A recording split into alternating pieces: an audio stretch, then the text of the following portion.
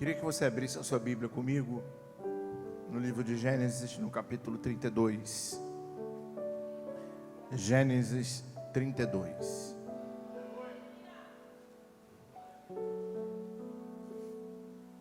Esse tema é forte, né?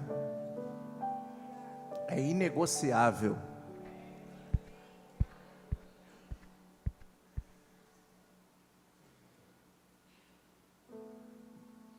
Deixa aberto aí a sua Bíblia, que já vamos ler, mas eu quero levar você a entender o que significa esse tema e a importância que esse tema tem para a nossa vida e por que estamos desenvolvendo esse tema nessa quinta ou algumas outras que podem acontecer,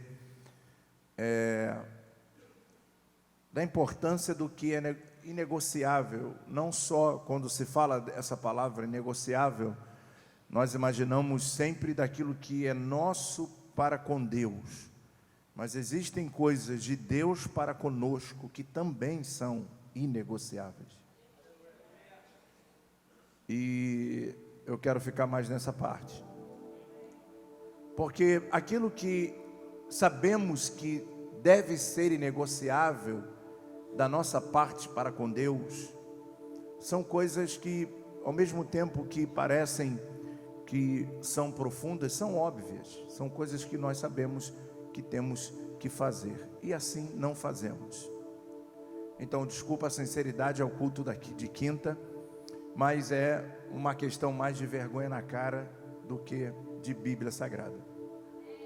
Existem coisas que a gente sabe que tem que fazer, e ponto final, não faz porque não quer, porque precisa de vergonha. Existem princípios que são inegociáveis, que a gente sabe que é bíblico. Um deles é o dízimo e oferta, e a gente continua sem dar. Então o que falta? Falta mais Bíblia? Não. Falta apenas tomar uma decisão para que viva uma vida de prosperidade. É simples. Eu não tenho muito o que falar sobre aquilo que a gente já fala sempre. Mas existem alguns princípios de Deus para conosco, e esses sim nós precisamos conhecer, que são inegociáveis, que Deus não vai mudar por causa da minha vida, ainda que seja muito reta, da minha condição financeira, da minha posição na sociedade, ou se sou bonito, se sou feio, se sou branco, se sou negro. São princípios de Deus que são inegociáveis.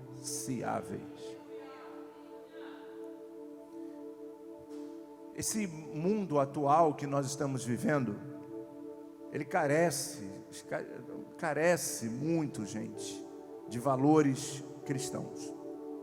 Os valores do cristianismo, eles estão sendo, eu não vou usar a palavra roubados, mas estão sendo deixados de lado, valores do cristianismo. A falta de virtude bíblica tem levado pessoas para um buraco sem fim. Estão atoladas. E tudo isso vai fazendo com que pessoas vão perdendo os princípios elementares do cristianismo. Então, agora, nunca vivemos uma época que vale tudo, tudo pode, tudo é normal, tudo é bacana, Deus entende tudo, Deus entende a cabeça de todo mundo, Deus entende a necessidade de todo mundo, Deus é um Deus capaz de nos adequar, de se adequar à sua natureza, à nossa natureza, e entender a nossa realidade. Será que é bem assim? Será que isso é real? Ou será que nós estamos construindo uma Bíblia segundo fulano, segundo Beltrano? Estamos criando capítulos que não existem, estamos criando versículos que não existem, estamos verificando um texto sem contexto, e muitas pessoas estão indo para um buraco sem fundo, por falta dessas virtudes bíblicas. E ao mesmo tempo, nunca vivemos uma época de tanto egoísmo, tanto egoísmo. Hoje eu me deparei aqui com um grupo de pessoas que estava saindo para evangelizar, que fazemos sempre, toda terça, toda quinta, para ir ali na praça. E semana passada eu vi que o pessoal do evangelismo colocou a foto do Alexandre. Cadê o Alexandre? Está lá fora? Está aqui? Está ali. Estava com o microfone na mão e eu lembrei de mim, você me fez lembrar de mim. Lá na praça, falando, você que está aqui e tal. E as pessoas passando e ouvindo a palavra. São princípios do ID, da Bíblia. E não precisa pregar sobre isso, está escrito. Mesmo assim, hoje, se tivesse 5 pessoas para fazer essa missão, foi poucas. E aí eu vou começar a arrebentar quem não quer. Porque é um novo ciclo ou é isso aqui é brincadeira? Vamos brincar de igreja. Vamos brincar de evangelho, vamos brincar de ficar pregando. Eu tenho mais o que fazer na minha vida. Uma coisa que eu nunca vou fazer é brincar aqui em cima. A palavra de Deus, ela é soberana ou ela é para a gente, em algum momento, ouvir o que a gente gosta ou o que a gente quer?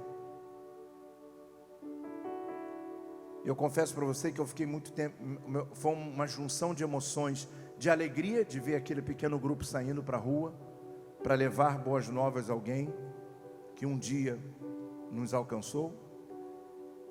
Me veio uma tristeza de ver o grupo pequeno e me veio uma raiva de ver que os outros estão brincando aqui na igreja.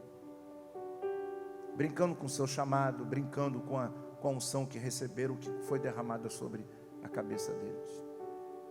Nós vivemos um tempo de egoísmo. O que falaríamos se você comprar o meu livro? Você vai ver a missão de Paulo, que Paulo enfrentou, que Paulo passou para arrancar o judaísmo dos gentios da época da Galácia, dos apóstolos que morreram pelo Evangelho, dos irmãos do primeiro século até o sétimo século, que não tinham oportunidade de fazer gabinete, de sentar, de contar a Bíblia. E o pior, que aqui existe uma coisa muito interessante: as pessoas fazem um gabinete, ouvem a instrução e faz tudo diferente do que você ensina. Os valores da Bíblia Sagrada e do que sai da boca de um sacerdote, muitas das vezes não tem valor, porque não é o que a pessoa quer ouvir, não é o que ela espera ouvir. E toda vez que nós vamos buscar a opinião, principalmente de um servo de Deus, nós temos que vir com o coração aberto para saber o que aquele homem de Deus tem para me dizer. Porque senão é um centro de psicologia, e eu não sou psicólogo. Apesar de lidar com muito doido, eu não sou psicólogo nem psiquiatra. A questão é de muitas pessoas que os seus valores, não só espirituais, mas os seus valores naturais da vida, caráter, princípios de honra, de fidelidade, lealdade, isso tudo as pessoas jogam no lixo de um dia para uma noite. Um dia batem nas costas e dizem que nós somos maravilhosos, no outro dia a gente já não vale mais nada. Pessoas que precisam de cura, que precisam da verdade que liberta, mas por não estudarem, não conhecerem, e por virem periodicamente aos cultos, essa verdade nunca os libertará. Vão vir à igreja, vão viver na igreja e vão continuar cometendo os seus pecados, vão continuar na lama, vão continuar agradando Deus e agradando a Baal. Essa é a realidade da igreja dos dias de hoje. E quando aparece algum ministério, alguém que pinta a igreja de preto e diz: olha, aqui vale tudo, aqui Jesus ama todo mundo e vale o que vale, as pessoas pulam para lá porque lá é o caminho mais fácil, porque não querem compromisso com a verdade.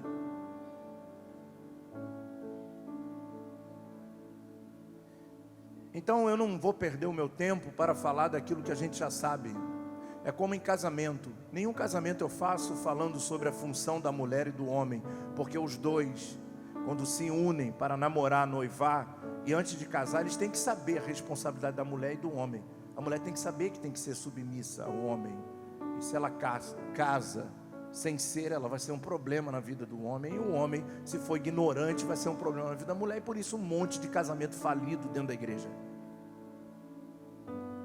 Verdade nua e crua.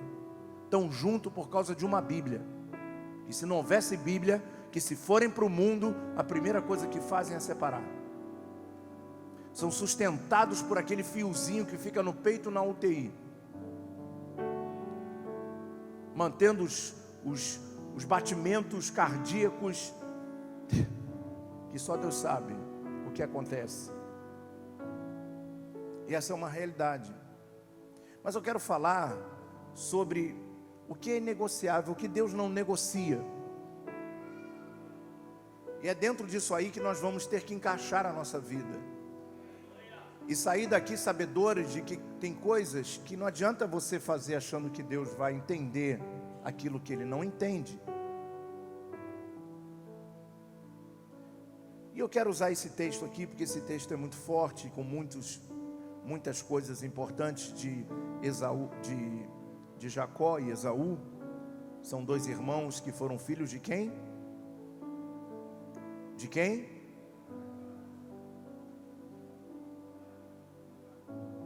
Jacó e Esaú foram filhos de quem, gente? Isaac. Com quem? Com Raquel, não foi? Não, com Rebeca. Então olha que interessante. No capítulo 32 diz assim: Jacó também seguiu o seu caminho, e o anjo de Deus vieram ao encontro dele. Quando Jacó os avistou, disse: este é o exército de Deus. Por isso deu àquele lugar o nome de Manaim. Então eu quero ficar já aqui com você e nós entendermos uma coisa que é interessante. Jacó também seguiu o seu caminho, o caminho que ele decidiu seguir. Nós escolhemos caminhos que vamos seguir. As decisões, gente, guardem isso, sempre nossa. O dia que nós assumirmos as nossas consequências das nossas decisões, nós vamos começar a crescer, ainda que seja doendo. Porque é muito fácil transferir para A, para B, para C, as nossas responsabilidades. Se alguém te enganou, porque você deixou. Se alguém te enrolou, porque você confiou demais. Se você se decepcionou, porque você botou muitas expectativas. E assim vai, as responsabilidades sempre vão ser nossas. Interessante observar que ele escolheu um caminho. Ele seguiu o seu caminho. A Bíblia diz o seu, o dele, o caminho dele. Ele pegou e seguiu o caminho dele. E a Bíblia diz então que os anjos de Deus vieram ao encontro dele. E esse encontro dos anjos, porque nós falamos sempre da questão da batalha, da guerra, mas eu quero levar você a entender como é que os dois estavam. Bom, no final da vida de Isaac, havia um direito, uma bênção sobre o primogênito. E antes do pai morrer, porque conseguia-se fazer mais ou menos essa estimativa de quando ficava doente, já na velhice, porque naquela época não tinha os problemas que tem hoje, né? Então se vivia mais anos e as pessoas iam envelhecendo e sabiam que estavam prestes a morrer. E assim dava tempo de chamar os primogênitos, e o pai estendia suas mãos sobre o filho e o abençoava. E o que representava essa bênção? Vai guardando cada hora que eu não vou voltar, eu quero que você esteja ligado aqui. Que essa bênção representava não só uma bênção, tipo assim, eu te abençoo para ser sucesso na vida. Eu te abençoo para continuar a minha descendência. Eu te abençoo para você continuar a minha descendência. Essa era a bênção sobre o primogênito, porque isso era um direito dado por Deus. Todo primogênito, quando o pai se colocava a mão sobre ele, ele saía dali abençoado ao ponto de dar continuidade àquilo que o pai começou. E aí, Esaú era homem do campo, e não tinha muito significado isso para ele. Trabalhava no campo, trabalhava fazendo outras coisas, mas Jacó sempre desejou aquela bênção, sempre desejou receber a bênção do pai. Era importante para ele as coisas espirituais. E juntamente com a mãe Rebeca, criaram uma situação. Isaac já era velho, não enxergava, e a única coisa que ele era bem apurado era o seu olfato e o seu tato. Então criaram uma situação para enganar Isaac. Colocaram pelos, porque Esaú era peludo, e colocaram muitos pelos em Jacó. Fez uma voz parecida, e no início Isaac meio que não cai nessa, mas depois percebe aquilo tudo e abençoa Jacó. E depois, quando Esaú volta, se descobre uma trama, uma coisa, uma mentira que foi criada. Por um momento, Jacó, ele, por mais que desejasse as coisas espirituais, por mais que desejasse a bênção que Esaú não fazia importância nenhuma para ele, ele cria uma coisa interessante. Muito se prega sobre isso, mas eu quero dizer para você que isso tem significado algum. Quando Jacó prepara um cozido, que Esaú vem da caça, e quando volta com fome, e aí fala com ele assim: por acaso você, está cheiroso o cozido, mas vamos fazer o seguinte, eu te dou o cozido, e você me dá o direito da primogenitura. E Esaú aceitou. Ele comeu o cozido e deu o direito de primogenitura, mas isso não significou nada. Por quê? A bênção era inegociável. Eu não sei porque que pregam sobre isso, que isso tem significado algum. Até parece que Jacó herdou alguma coisa. Se olhar o texto, que sei lá, já li muitas vezes, hein? E você buscar alguma coisa referente a isso, não teve significado algum. Era uma mentira. Por um momento, Jacó imagina que, bom, meu irmão não liga para aquilo, eu vou fazer uma comida para ele, ele vai me dar, ele vai dizer, eu te dou o direito, mas por mais que você queira dar, o princípio era de Deus, não deles. Era inegociável.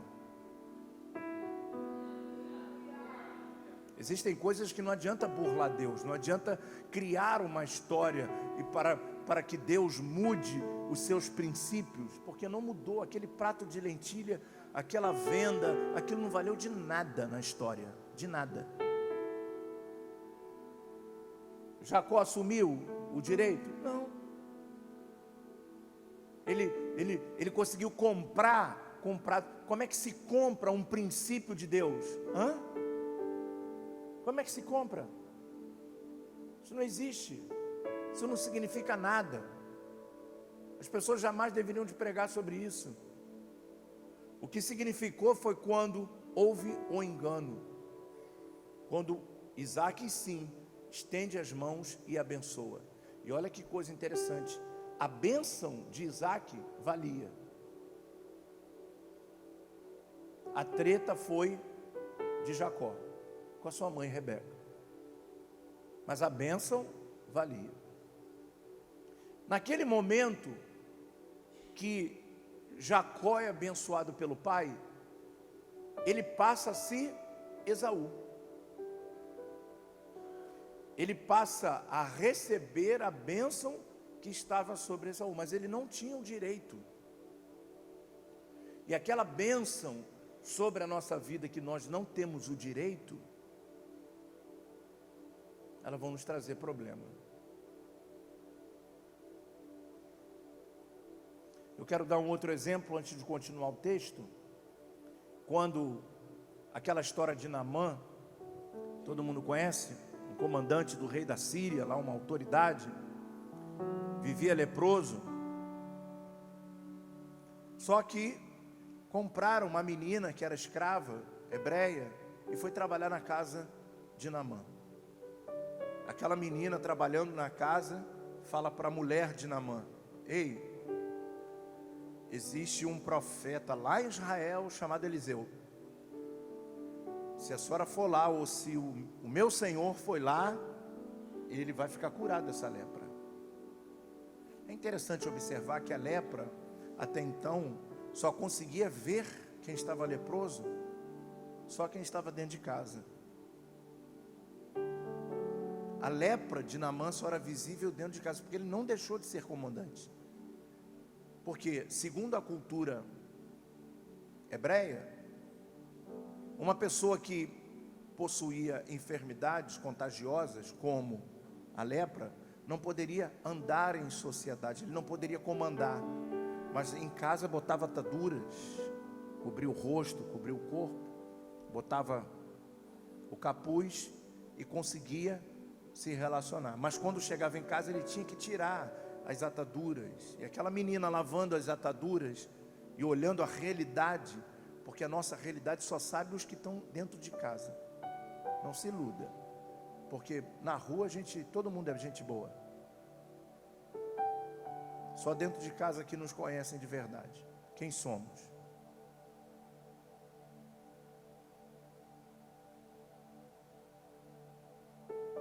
E aí a mulher fala para Naamã e diz: olha, a menina falou que... E ele vai até Naamã, e vocês conhecem a história, dá os 7 mergulhos e fica curado. Ele volta, traz riquezas para Eliseu. E essas riquezas, quando vai entregar Eliseu, Eliseu diz assim: não, eu não quero, eu não aceito, eu não quero nada que você tem para me dar. Mas o moço dele, que chamava Geazi, viu aquela cena, e quando por um momento se apartaram os dois, ele vai atrás de Naamã.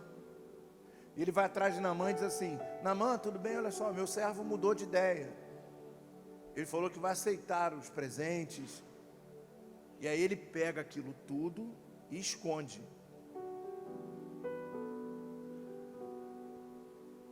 Os princípios de Deus são inegociáveis. Ele escondeu do profeta, pegou a riqueza. Quando ele chega diante do profeta, o profeta diz assim: onde é que você estava? Não, eu vi o que você fez, eu vi o que você pegou, eu sei o que você escondeu.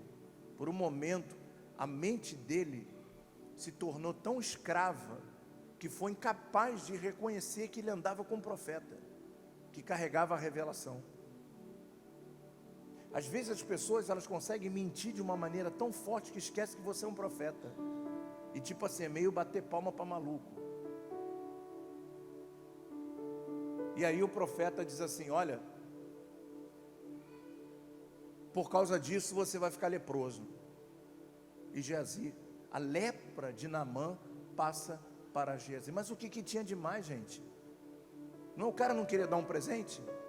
Os princípios de Deus são inegociáveis. Eliseu não recebeu o presente porque ele não quis. Ele não recebeu por um princípio. Sabe qual é o princípio? Que se alguém tivesse que receber alguma coisa naquela história, era a menina, não ele.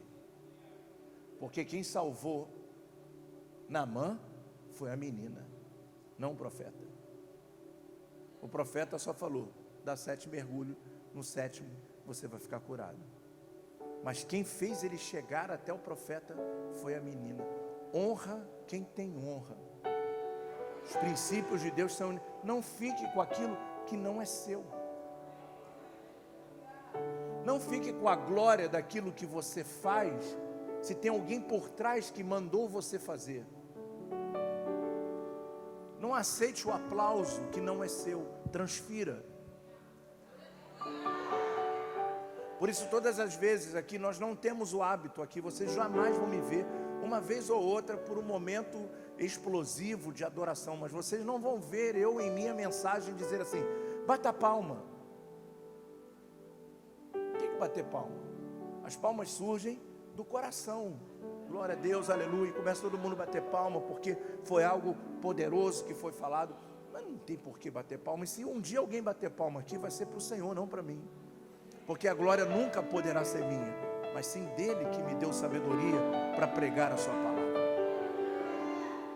Tudo que fazemos, nada pode ser. São princípios de Deus inegociáveis. Eu quero usar outro texto da Bíblia. De certa vez, a Bíblia fala em uma parábola de um rei que tinha o seu súdito lá que devia muito dinheiro a ele. Então esse homem vai até lá e, numa dívida imensa, e o rei manda dizer assim: olha, eu vou mandar prender ele, prender a mulher, filho, mandar prender todo mundo, porque ele está devendo muito. Então ele chega na presença do rei, ele pede ao rei misericórdia, por favor, misericórdia, tenha misericórdia de mim. O rei, com pena dele, o perdoa a dívida e diz assim: ó, vai, não tem mais dívida nenhuma, eu te perdoo a dívida. E a pessoa vai embora. Nessa ida de ir embora, ele encontra com uma outra pessoa que devia a ele menos do que ele devia ao rei. Aí essa pessoa o encontra e ele diz assim: cadê meu dinheiro? Tinha acabado de ser perdoado. Cadê o meu dinheiro? Meu senhor, por favor, tenha misericórdia de mim, eu não tenho dinheiro. Ele diz assim: não vou te perdoar. Aí isso vai e chega no rei. Aí o rei manda chamar ele e fala assim para ele: engraçado, eu pude perdoar a sua dívida, mas você não pôde perdoar o do outro. Agora vai todo mundo preso. Os princípios de Deus são inegociáveis. Não adianta se está 30 anos na igreja, se está 20 anos na igreja, se é pastor, é bispo, é apóstolo, se é papa, não importa. Os princípios de Deus são inegociáveis. O que a gente mais vê, pessoas crescendo, e quando chegam num lugar e quando recebem um aplauso, eles são capazes de fazer assim: não, o aplauso primeiro vai para Deus e para aquela pessoa ali, porque se não fosse ele, eu não estaria pregando o que eu estou pregando. Você vê isso hoje? Não. Sabe por quê? Porque os princípios nossos para com Deus já foram há muito tempo. Eu não quero falar deles. Eu quero falar de quando Deus vê você fazer isso, de como Deus vê você quando você faz isso. Eu tenho dentro do meu gabinete, eu tive uma vez com esse homem chamado Bispo Roberto Macalester. Eu tenho dentro do meu gabinete uma foto dele, coisa que pastor de Nova Vida não tem. Honra a quem tem honra. Eu não cheguei aqui do nada, sozinho. Bom, sozinho, mas aprendi muita coisa com pessoas que eu agradeço a elas por estarem no meu caminho. Aprendo muito com vocês, e por isso estou aqui. Seria uma ingratidão um dia pegar por uma proposta maior e largar todo mundo aqui. E é por isso que eu não faço. Porque os princípios de Deus são inegociáveis. Inegociáveis. É inegociável. Não adianta dizer: Senhor, mas eu, apartai-vos, não te conheço. Independente de família, independente de tempo, independente do que representa, do que fazem ou não, são inegociáveis. Não adianta esconder coisas de Deus. Não adianta, Ele sabe. E um dia a conta chega. A gente consegue esconder de pessoas. A gente consegue mandar um zap e apagar. A gente consegue fletar e depois apagar. Mas Deus não se esconde. Os seus princípios são inegociáveis. Jacó sai como Esaú. E aí olha só que coisa interessante. Se ele continuasse como Jacó, o próprio Esaú, eu estou te falando isso, eu estou te falando porque existem muitas literaturas que falam sobre isso, e eu concordo plenamente. Quando a Bíblia diz que quando Jacó chamasse, se não houvesse acontecido tudo o que aconteceu, quando Isaac chamasse Esaú ia dizer assim: papai, eu não quero. Quando Rebeca estava grávida, ela não podia engravidar. E quando ela estava grávida, existiam gêmeos, Esaú e Jacó. Esaú nasce primeiro, coisas de diferença, de rápido, né? Uns gêmeos é coisa de segundos, sei lá, minuto. Só que a Bíblia diz que haviam duas nações dentro de Rebeca. Por que brigar por aquilo que já é seu? E Jacó perde a percepção de quem era. já havia uma bênção sobre Jacó, independente se Isaac o abençoasse ou não. Tanto que Jacó se tornou um dos patriarcas de Israel, e Esaú se tornou também uma nação. Os edomitas, que moravam e que habitavam do outro lado de Israel, nas regiões da Jordânia, que foram inimigos de Israel durante toda a história bíblica. Agora olha só que coisa interessante. Se você pegar esse texto, os dois estão errados. Primeiro, um vai vender o direito. Como? Ele pensa que poderia vender o direito. E o outro achando que poderia comprar o direito. E Rebeca, que amava mais a Jacó, queria. E eu fico imaginando Deus olhando aquilo lá de cima e dizendo assim: é que vocês acham que eu vou mudar porque vocês estão criando essa maluquice aí? Vocês acham que eu vou mudar porque você decidiu arrumar uma pessoa extra casamento? Vocês acham que eu vou mudar porque você decidiu se afastar da fé? Vocês acham que eu vou mudar porque vocês estão meio barro, meio tijolo? Vocês acham que eu vou mudar porque vocês não leem a Bíblia? Vocês acham que eu vou mudar porque vocês não têm compromisso com a minha casa? Vocês acham que eu vou mudar porque vocês não levantam a mão para adorar? Vocês acham que eu vou mudar porque vocês não são dizimistas e ofertantes? Vocês acham que eu vou mudar? Essa é a pergunta de Deus. Você acha que Deus vai mudar? Claro que não. E quem está se lascando nessa história toda? Nós, que perdemos o tempo de Deus, o momento de Deus, a hora de Deus, os ensinos de Deus, as profecias da Bíblia Sagrada, os tempos pré-estabelecidos para que aconteçam coisas na nossa vida. Nós corremos tanto atrás de coisas que a Bíblia diz que nos seguirão. Vai entender? Os crentes estão doidos. Os crentes estão doidos. Repita comigo: a minha Bíblia, a sua Bíblia diz que as bênçãos seguirão. E a gente vai atrás dela. É por isso que ela nunca alcança a gente. Porque quando você corre para alcançar a bênção já está cansada de ficar correndo atrás de você. Para um pouquinho. Confia em Deus, espere o tempo, a bênção vai te alcançar, cara. É uma questão só de entender isso, entendimento.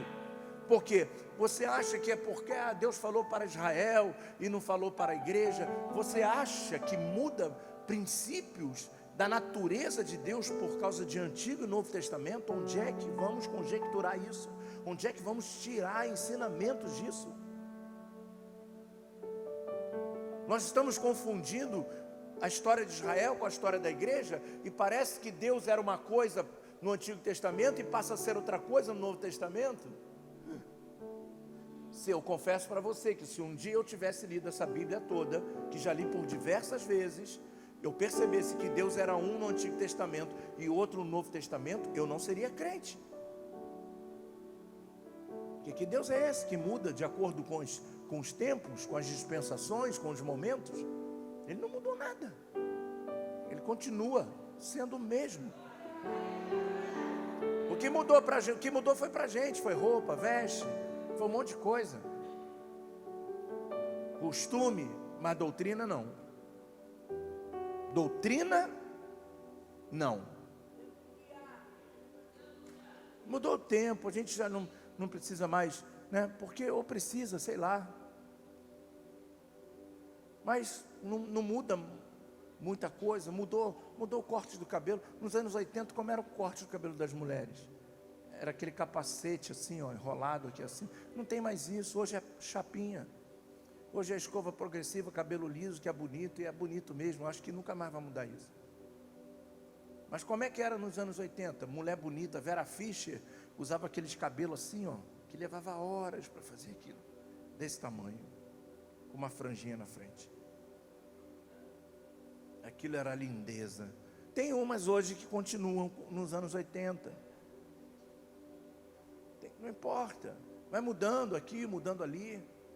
Olha, esse negócio de cabelo é um negócio tão interessante, que primeiro veio escova progressiva, depois escova marroquina, depois escova indiana, só não aparece a escova brasileira, que é mais barata.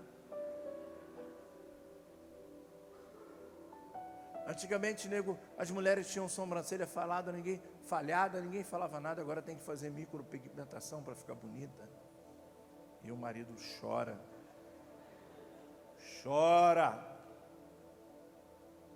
E agora tem um não sei o que, mas não sei o que lá, não sei o que, papapá. E assim vai mudando os tempos. E é só essas coisas que mudam, mas Deus não. Ele é o mesmo. Ele é o mesmo. O que eu quero dizer para você é o seguinte: está em pecado, se arrependa. Ele não muda. Se ele voltar, você vai para o inferno.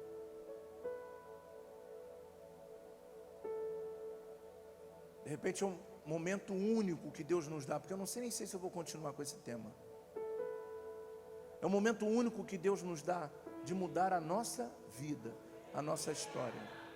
Repita comigo: por causa desse problema, Jacó fugiu 20 anos. Agora, o que é interessante na vida de Jacó, que é o interessante na nossa vida nos dias de hoje, ele conseguiu, obrigado, meu amor. Ele conseguiu construir, fugindo, ele construiu casar, ter família, ter filhos. Mas sabe como é que era a sua vida? Tenda, armava uma tenda, estava ali. E Jacó viveu 20 anos da sua vida focado em matar seu irmão. É mais ou menos o cara que está aqui na vila e tem que ralar, senão o nego vai matar. Aí vai para não sei onde, o nego acha ele lá, vai para não sei onde, vai para o Kelvin, vai para não sei o que, vai achar e fica por aí. Monta a barraca, daqui a pouco chega alguém e fala: ó, eu vi Esaú chegando ali, tem 400 homens com ele. Aí desarmava tudo, pegava as mulheres, os filhos e fugia. Quando percebia que estava fora de perigo, armava a tenda, ficava ali com a sua esposa, com aquela coisa toda, e daqui a pouco, ó, Jacó está lá no vale. Desarma tudo, pá, e Jacó passa a ser carregando uma promessa de ser um patriarca fugitivo, porque Deus não muda princípios.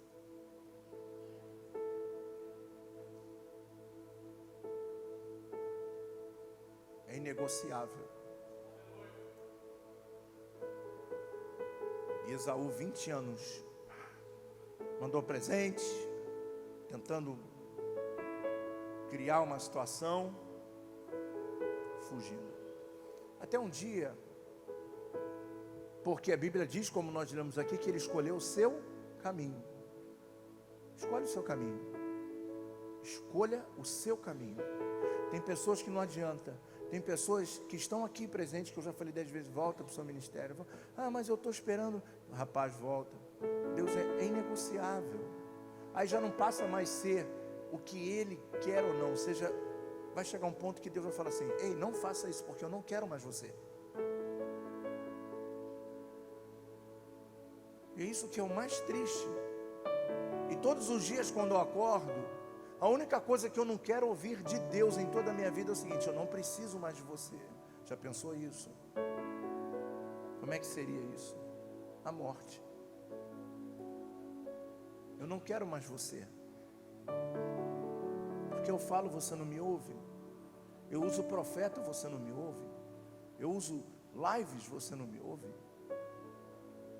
Eu uso irmãos no estacionamento para falar, você não ouve. Eu uso pessoas na cantina para falar e você não ouve. Eu uso amigos no trabalho, eu uso o teu chefe, você não ouve.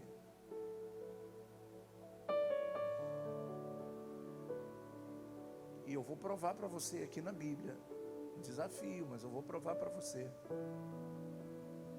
Olha o que diz aqui no versículo 22. Eu não sei porque a falta do amém, eu acho que é reflexão, né? É isso aí. O amém está dentro, né? Amém. No versículo 22 diz: naquela noite Jacó levantou-se, tomou suas 2 mulheres e suas 2 servas, seus 11 filhos. Olha, ele construiu uma história, mesmo fugindo. para atravessar o lugar de passagem do Jaboque. Então eu quero que vocês fiquem geograficamente situados. No Antigo Testamento, isso era chamado de vale, né? Vale de Jaboque. Esse vale de Jaboque é o seguinte, gente, é um riacho que separa Israel da Jordânia. Que isso tem importância, bicho? Tudo bem, o senhor falou isso, mas qual a importância? A importância é primaz. Por quê? Nós conseguimos observar que Jacó, ele constrói a sua vida, ele vai fazendo tudo, achando que durante todos os momentos de vida, Deus ia mudar, que Deus iria perdoar ele, que ele ia encontrar com o irmão, que aquilo ia se resolver, e ele vai percorrendo a nação de Israel, vai do norte ao sul, mas agora ele já está na divisa, para ir para fora da cidade. Quando ele chega no Val de Jaboque, ele tem um toque: daqui eu não tenho mais para onde fugir. Daqui eu não tenho mais para onde fugir, porque se eu passo o Val do Jaboque, eu já estou em outra nação. E toda a promessa que Deus fez para o meu pai iria terminar nem em Esaú, nem nele. Esaú tinha que perdoá-lo, apenas perdoá-lo, mas Jacó tinha um problema com Deus. E esse é o problema que nós não identificamos.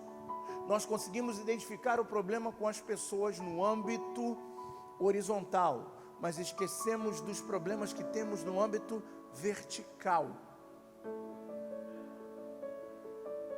E na maioria das vezes, os nossos problemas verticais, eles vão influenciar a nossa vida horizontal. O que tinha a ver as mulheres, as servas de Jacó, os filhos de Jacó com o seu pecado? O que eles tinham a ver com isso? Nada. Eles carregam durante 20 anos da vida os problemas do pai.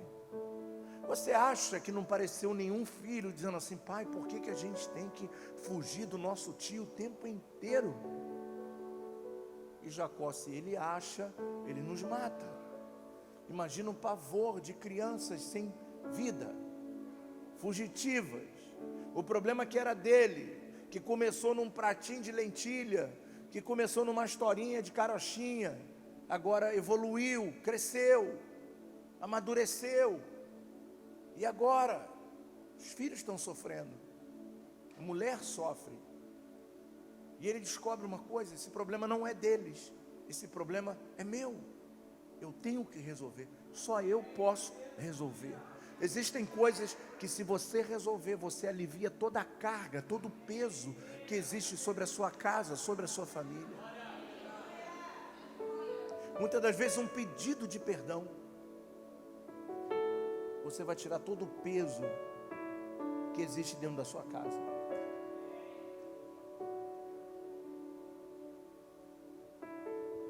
E o texto continua dizendo assim: levantou-se, tomou suas 2 mulheres, 11 filhos, atravessou o lugar de passagem do Jaboque. Depois de havê-lo feito atravessar o ribeiro, fez passar também tudo o que possuía. E Jacó ficou sozinho. Chegou a hora de enfrentar, chegou a hora de encarar a realidade dos seus erros, a realidade das suas escolhas. Porque Deus não vai mudar, Deus não vai entender, Deus não vai deixar para trás, Deus não vai deixar para lá. Ainda que tenha acontecido há 10, 15, 20 anos atrás, Deus não vai deixar para lá, se não se confessar, se não tiver um encontro verdadeiro com Ele.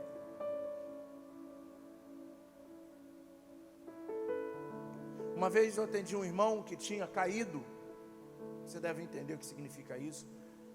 E ele falou assim: mas como é que eu vou confessar isso para minha mulher? Se eu confesso, vai ter uma brigalhada, a gente vai separar. Eu falei: então você deveria de pensar antes de fazer.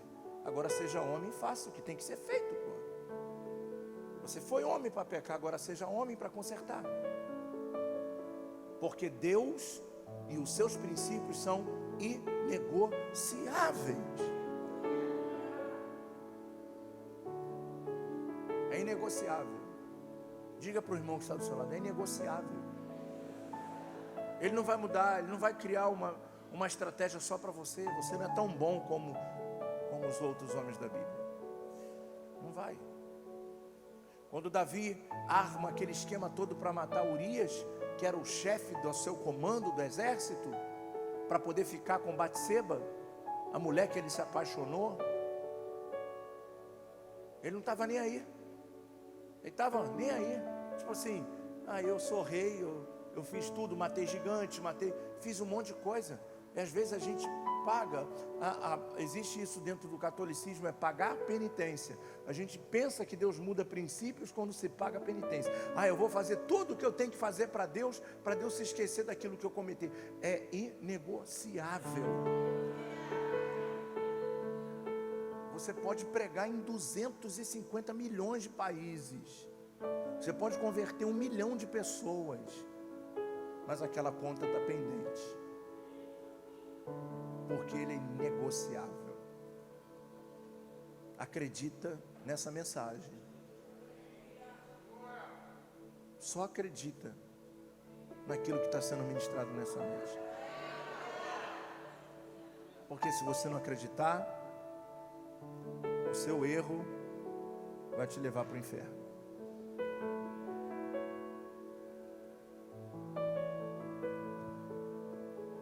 E agora chegou a hora dele. Ficou sozinho, ele entendeu que precisava resolver aquilo.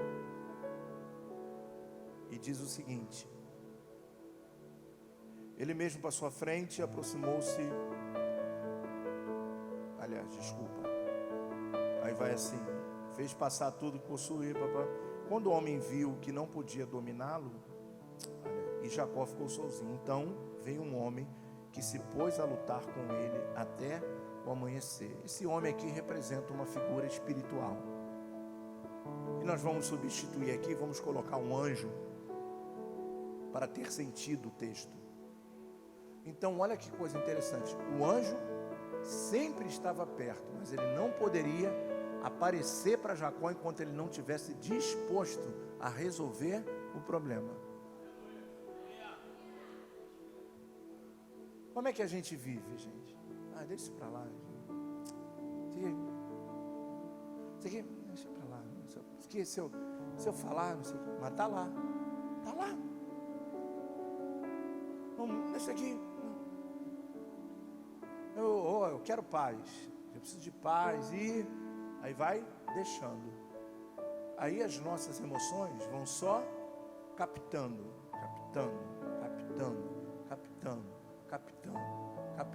Daqui a pouco você está um mundo de pensamentos, de coisas que basta uma palavra só, você estoura, e você sempre vai explodir na pessoa errada, na hora errada, em pessoas que querem te ajudar. Existe um momento de estar sozinho. Esse momento é hoje, porque eu já vou parar de pregar. Eu quero te dar um tempo para você meditar sobre a sua vida. Eu quero dar um tempo para que você entenda que Deus é inegociável. Não tem como, Senhor, me perdoa. Não é assim. Não é assim. Existem coisas que têm que ser consertadas. Quero usar um outro exemplo da Bíblia. Um homem chamado Zaqueu, que todo mundo conhece, subiu naquela árvore milenar, centenária de Jericó. Jesus só passou ali uma vez. E ele vê Jesus, Jesus olha para ele. Ele vê Jesus? Não, Jesus o vê. Desce, eu quero comer na tua casa. Eu não sei o que Jesus pregou para ele comendo, mas para fazer o que ele fez, eu vou mais ou menos dizer o que Jesus disse para ele. Rapaz, você é um homem bom. Você subiu ali porque você queria alcançar misericórdia. Escuta isso. Você subiu na árvore para me ver porque você queria perdão. Então vou te dizer como é que o perdão vem. Pega tudo que tu roubou e devolve o pessoal. Não é que me perdoar, eu te perdoo. Restaura. repara.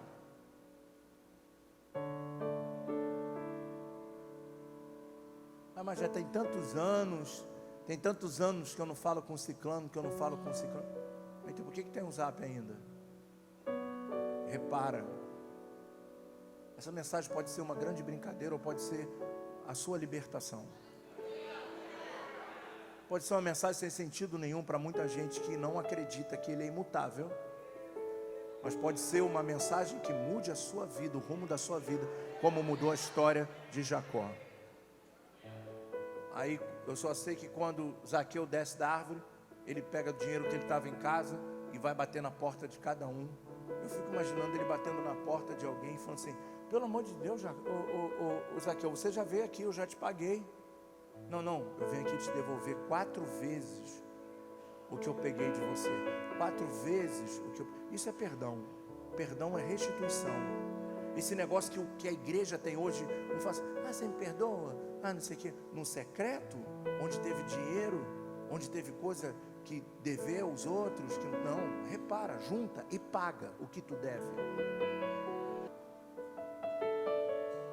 Mas eu tive um problema, vai lá e diz assim: você me perdoe, eu não tenho condições de pagar, eu sou mulher de Deus, eu sou homem de Deus, mas assim que eu tiver eu te pago. Agora esse negócio de entrar por uma porta, o outro entra pela outra, e os dois levantam a mão para adorar, hipócrita. Quem vendeu e quem não pagou. Porque na hora de vender o cara pinta e borda. Pode levar, leva. Não, mas eu não posso. Garota, leve isso aí. Me paguem 2, 3 vezes. Porque ela quer o quê? Vender. Aí a pessoa diz assim: mas eu não... Aprenda a dizer não. Meu irmão, muito obrigado, mas eu não quero, eu não posso pagar. E não adianta você parcelar em 5 vezes que eu não tenho dinheiro. Eu vou te dar um calote, você quer? Aí a pessoa vai puxar de volta, vai botar na bolsa. Simples. Falta verdade. Dentro da igreja, um orando pelo outro. Senhor, aquela infeliz Vocês pensam que isso é brincadeira? Isso é verdade. Aquele que me deu uma volta, safado, que cai os dentes da boca dele, que perca uma unha, que sofra. Outro dia, sai, irmão, sai. Estou falando para você que sai. Eu não vou ser hipócrita. Outro dia o cara me fechou na rua, eu já não brigo mais, não brigo. Eu brigava com todo mundo, não brigo. O cara veio e me fechou, eu dei aquela catucada, meu neto estava atrás com o cinto. E aí ele: que isso, vovô? O que foi? Aí eu: o carro me fechou. Então dirige devagar. E o cara botou a mão para fora e começou a gesticular. Eu falei: não fiz nada, cara. Eu não fiz nada. E o cara começou a gesticular e a vontade também já era abrir o vidro e... deixa para lá. E dizer assim: Deus abençoe sua mãe, seu pai, sua tia. E do nada eu falei assim: é por isso que daqui a pouco chega lá na frente, o carro está preso num poste. Aí, bispo: você está maluco? Você está desejando que ele bata num poste? Eu falei: está repreendido, Senhor, me perdoa. Por que eu falei isso? Aí fui atrás dele, né? Fui atrás dele, porque eu tinha que pedir desculpa. Quando eu comecei a acelerar e fui atrás dele, o que ele fez? Ficou com medo, e aí eu diminuí, eu falei: eu preciso diminuir, senão ele vai encontrar um poste. Agora vai, então eu preciso diminuir. Mas eu ia pedir desculpa. Desculpa, eu falei que você ia achar um poste. Tem que reparar. Me perdoa pelo que eu fiz, pelo que eu falei. Eu agi errado. Mas fica tudo bem. De uma hora para outra, aquelas famílias malucas, todo mundo briga, uma confusão do inferno. Os vizinhos todos com um copo na parede. O que está acontecendo lá dentro? Daqui a pouco está todo mundo vendo Netflix.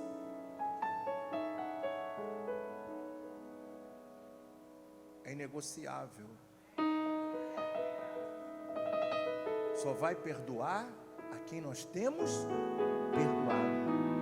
Se não perdoa, esquece o perdão de Deus. Agora, se o perdão de Deus não significa nada, eu vou só trazer uma coisa aqui para você agora entender. Sabe o que significa o perdão de Deus? Muita gente não entende. Sabe o que significa o perdão de Deus? Alguém para falar? O que significa o perdão de Deus, biblicamente? Todo mundo foi perdoado e não sabe. Está com medinho? Fala. Um dos princípios do perdão é o seguinte: quando eu perdoo, só para quem perdoa, as misericórdias se renovam toda manhã. Para quem não perdoa, não tem misericórdia amanhã. É a sua escolha, como Jacó, é o seu caminho, é aquilo que você está escolhendo viver. Vive sem Deus, vive sem a graça dele, vive sem a bondade dele, vive sem o amor dele, é o resultado de muitas pessoas estarem no buraco. Porque acham que Deus entende. Deus entende isso aqui. Isso aqui Deus entende. Isso aqui Deus entende. Isso aqui Deus entende. Será? Jacó ficou lá. Quando ele se separa, aparece um anjo. Não foi Jacó que chamou o anjo, foi o anjo que apareceu a Jacó. Você entrou aqui hoje, apareceu um anjo para você que tem boca, que fala e que não tem auréola, tem um monte de defeito, mas é o anjo da igreja. Aparecendo para você e dizendo assim: ei, agora vamos consertar as coisas. Vamos consertar as coisas. Quando o anjo aparece para Jacó, ele estava dizendo assim: estou disposto a deixar para trás tudo que você fez, mas daqui para frente a sua vida tem que mudar. E aí diz a Bíblia que eles começaram a brigar. Por que brigaram? Que coisa louca, já viu o anjo brigando? A Bíblia diz que Deus dá ordem aos anjos para nos servirem, mas esse não veio servir Jacó, isso veio brigar com Jacó. Por quê? Depois de 20 anos, Jacó chega à conclusão seguinte: não tem mais para onde fugir. Jacó levou 20 anos. Ei, que mensagem forte é essa? Jacó levou 20 anos para descobrir que Deus é inegociável. Ele levou 20 anos fazendo coisas pensando que Deus ia deixar para lá o seu pecado. Ele levou 20 anos para descobrir que os princípios do eterno Deus são inegociáveis. Quando ele descobre isso, ele fala: só tem um caminho, eu vou ter que... Quando o anjo se aparece a Jacó, repita comigo, porque essa é forte, diga: quando o anjo aparece a Jacó, aparece a Jacó por causa de Abraão e de Isaac. Mas quando olha para o pecado de Jacó, é princípio, eu não posso abençoar ele. Deus não poderia um anjo descer e abençoar Jacó, porque Jacó estava errado. É um princípio inegociável. Deus não pode abençoar quem está errado. Aí o que Jacó faz? Segura ele. Daqui tu não sai, daqui ninguém te tira. Eu tenho que ir, cara. Eu não posso abençoar você. Eu não posso abençoar você, mas eu quero, eu preciso apagar. Você não é Jacó, você é Esaú. Você se vestiu de Esaú, sobre você está a maldição. Você pecou contra o seu pai, você mentiu, você enganou seu irmão. O seu nome Jacó significa usurpador, mentiroso. Eu não posso abençoar um mentiroso. Eu não posso abençoar um usurpador. Eu não posso abençoar aquele que dá volta nos outros. Eu não posso abençoar aquelas pessoas que enganam. Eu não posso abençoar. Mas ele segurou o anjo. Foi uma madrugada inteira de batalha, de guerra. Até que ele diz: olha, eu não vou te largar enquanto você não me abençoar. Ah, tu quer bênção? Então tá bom. Aí fere ele. Isso aí eu já preguei sobre isso, não quero nem falar sobre esse assunto. E aí Jacó é perdoado e o anjo vai embora. Agora sim. Mas ficou o quê? Uma marca. Uma marca. E a marca, agora ele passa a andar como? manco. A articulação da coxa é tocada. Queremos saúde na mentira? E às vezes é melhor andar manco, mas perdoado. Tudo tem uma consequência. Tudo tem uma consequência. Aí já não é mais comigo. Agora é de você para o seu eterno Deus, a quem você serve. Só entenda uma coisa. Quando Jacó é tocado e quando ele volta, aí ele está pronto para receber seu irmão. Seu irmão recebe, eles se abraçam, Esaú perdoa ele e tudo volta como era 20 anos atrás. Há quanto tempo você está fugindo de Deus, cara? Deus quer mudar a tua vida, mudar a tua sorte. Ele quer mudar você, Ele quer te preparar, Ele quer que se cumpra as promessas. Mas a gente está mancando, a gente está vivendo como se nada estivesse acontecendo, como se Deus tivesse deixado. Porque no momento que eu estou pregando, eu sei que tem pessoas que estão lembrando de pecados e que nunca pediram perdão a Deus. E Deus é tão maravilhoso que mesmo diante do pecado de Jacó, deu a ele esposa, filhos, deu riqueza, deu tudo. Mas o que adianta isso tudo se não for perdoado? O que adianta isso tudo se você não acorda de manhã e diz: obrigado, Deus, por mais um dia de vida. Obrigado pela saúde, obrigado pela paz que eu carrego, obrigado pela salvação que eu tenho. Obrigado porque esse hoje foi o dia que o Senhor me escolheu. Eu sei para onde eu vou, eu sei aonde estarei, do que andar com dúvidas. Ai meu Deus, será que eu vou para o céu? Eu tenho até amanhã. Aí a gente não sabe, acha que vai ter 50 anos de vida e não sabe o que vai acontecer amanhã.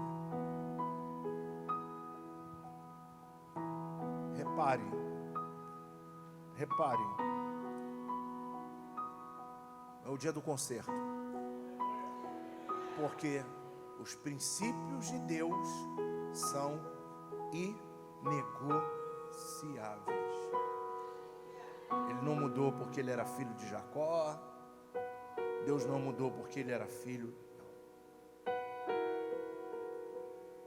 E aí hoje é tão lindo que quando toca na coxa, o anjo diz uma coisa para ele, que isso para mim é o mais lindo de tudo, porque nós vamos receber essa transformação. Ele diz assim: agora você não se chama mais Jacó, e sim Israel. Sabe o que significa a palavra Israel? Príncipe. Do mentiroso ao príncipe, do usurpador, do ladrão de sonhos dos outros, do ladrão de vida dos outros, para príncipe. Espera o seu tempo, o seu momento, a sua hora. Acalma, não ponha apelo, não crie situações, só aguarde. Tem dia, tem hora, vai se cumprir. Tudo que Deus prometeu para você vai se cumprir. Você pode levantar as suas mãos aos céus e dizer: o meu Deus é inegociável. Seus princípios e valores são eternos. Não muda no decorrer dos anos, não muda no decorrer da sociedade, não muda nas ideologias de ministérios como hoje, não muda. Deus não muda. Deus não mudou para essa raça e tirar batismo da igreja, tirar Santa Ceia. Deus continua o mesmo, não muda. Só foge para lá os Jacóis que não querem se arrepender. Quando Jesus voltar, a gente vai ter muita surpresa. Queria dar um tempinho para você curvar a sua cabeça e falar com Deus agora.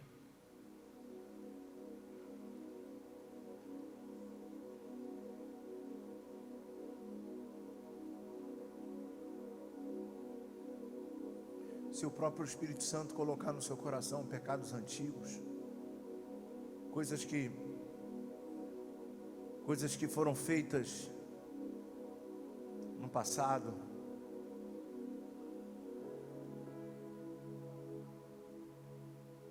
situações que levaram você ao poço, ao vale, ao deserto.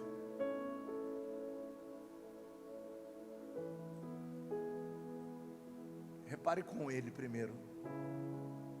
Depois, quando você sair daqui, repare com as pessoas. Porque sempre vai ser vertical e depois horizontal.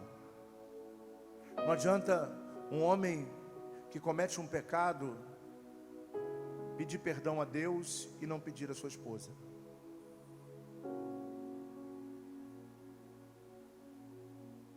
Ele acha que está livre. Agora vai ter que enfrentar. E toda mulher, por causa da nobreza de um homem que faz isso, é capaz de perdoá-la. Quantas pessoas a gente já magoou? Quantas pessoas a gente já feriu? E a gente foi tocando, dizendo: Deus é comigo, Deus é comigo, Deus é comigo. E Ele não negocia conosco essas coisas. Eu prego para você, eu prego para mim, para todos nós que estamos aqui. Isso é uma mensagem para todos. Perdoa-nos, Senhor. Perdoa-nos verdadeiramente os nossos erros, os momentos que nós emprestamos a nossa mente para o inimigo, para os prazeres, que emprestamos a nossa mente para as coisas que não glorificam o Teu nome, para os pensamentos errados, das vezes que falamos mal, das vezes até que criamos situações para pessoas, até dentro da igreja. Pessoas que foram embora hoje estão no mundo por causa de fofoca que cometemos. Das vezes que mentimos, das vezes que não sustentamos aquilo que cometemos. Perdoa-nos, Deus, perdoa-nos. Ajuda-nos, Pai. O Senhor é amor, mas também é fogo consumidor. O Senhor quer preparar a sua noiva, quer adornar. Nós estamos nos últimos dias, nos últimos tempos. É claro, é bíblico. Olha o que está acontecendo no mundo. Nada foi tão semelhante como essa época, como essa geração. De maldade, de ódio, de pessoas que estão matando por R$5, de pessoas que não dão mais valor à vida.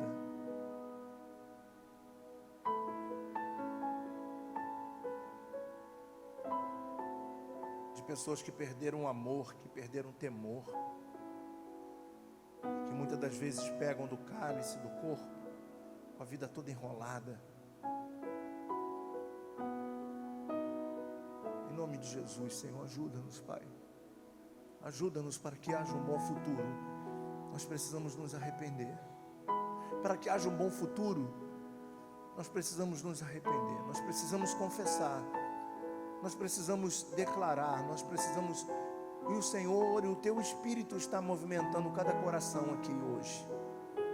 E movendo cada coração hoje aqui. A lembrar de coisas que precisam ser reparadas. Ainda que aquelas pessoas do outro lado não lembrem.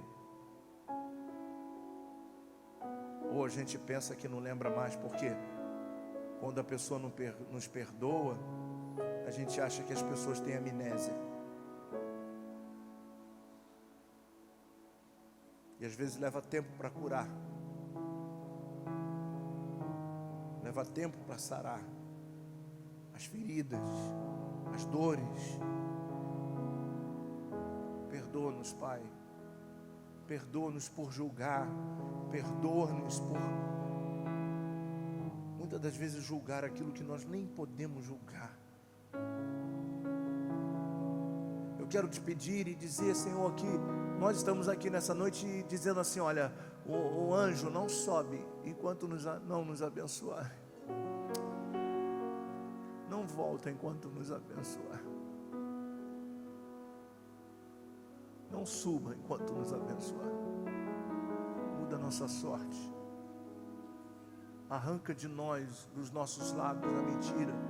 Arranca dos nossos lábios as falas torpes. Arranca dos nossos lábios as palavras que produzem mal, que produzem dor, que produzem mágoas. Tira de dentro de nós aqueles que carreguem a síndrome do excesso da sinceridade. São os maus educados que ferem pessoas dizendo que são sinceros. Arranca de nós, no meio da sua igreja. Arranca dos nossos lábios. Converta-nos de verdade. Uma conversão genuína, de morte e de vida. Morremos e renascemos para viver em novidade de vida. Essas mensagens, Senhor, que são pregadas aqui, que hoje já não agradam muitas pessoas, não importa, o Senhor é imutável.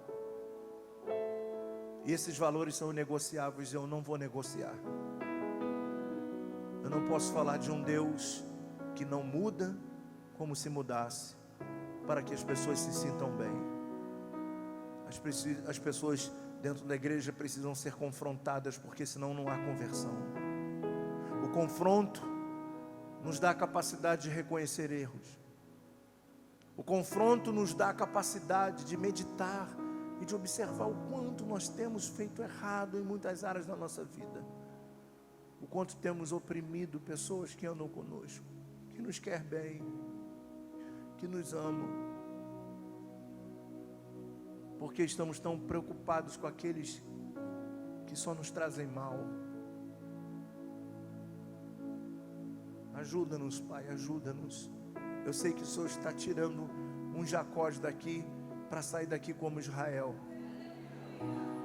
Porque quem vai sair daqui hoje vai sair os príncipes e princesas. Príncipes e princesas. Aleluia. Diga glória a Deus.